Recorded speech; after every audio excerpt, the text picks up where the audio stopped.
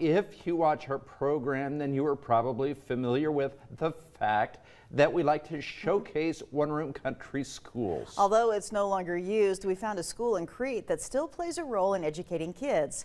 In this segment, we learn more about what's happening at the Star School. Well, hi everybody. We are learning more about a beautiful one-room school in Saline County.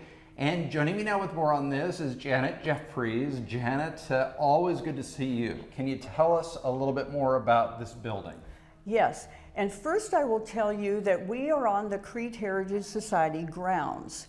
We have 23 acres, and it's part of our founding father, Jesse Bickle's homestead. But anyway, this building, it's about a 1915 school, is one of the buildings that we have, or the structures that are on the site. What is the history of this school? The history of this school is, it is District 1, and it was founded officially in January of 1868, about 8 miles northwest of here on the Seward County line.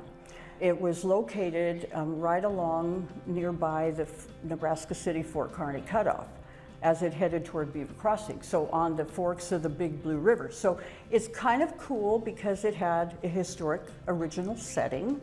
This is actually the third school on the district property. They first started in a log cabin, then they had a 1870s frame school, and then this is the new modern school. We were able to get it moved here because we wanted it for a learning center. In May of 1994, they had their last school picnic. And a couple of years later, it was moved here. Do you know why it's called the Star School? You know, we don't, and we are trying to find that out. We may try to interview, some of the older pupils and students are not with us anymore, but I am searching in the old Crete papers because, you know, those old Crete papers, or the old small town papers, told everything. And we're hoping that maybe there was a meeting and somebody said, oh, let's name it Star School. But if you look outside, you'll see the big yellow star that adorned the gable for its whole life. Janet, do you have anything else for us?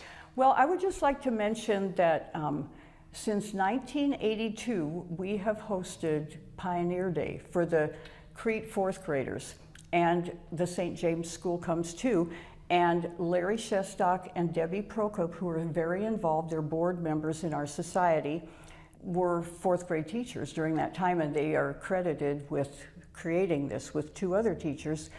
We have about 180 fourth graders swarming the grounds and having a great time doing crafts, pioneer crafts all over the place. And when they come to the Star School, they have class for an hour with a very strict teacher. So we love that. We like that we're kind of one of the living history sites, or we can do hands-on history here. That is great. Janet, thank you very much for telling us a little more about the Star School here in Crete. Well, thanks for coming because we like to share.